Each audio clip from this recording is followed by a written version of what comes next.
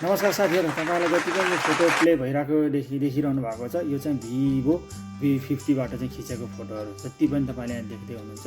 यसमा दुईवटा क्यामेरा मात्रै छ, 50-50को छ, व्हाइट एङ्गल र मेन लेन्स मेन क्यामेरा।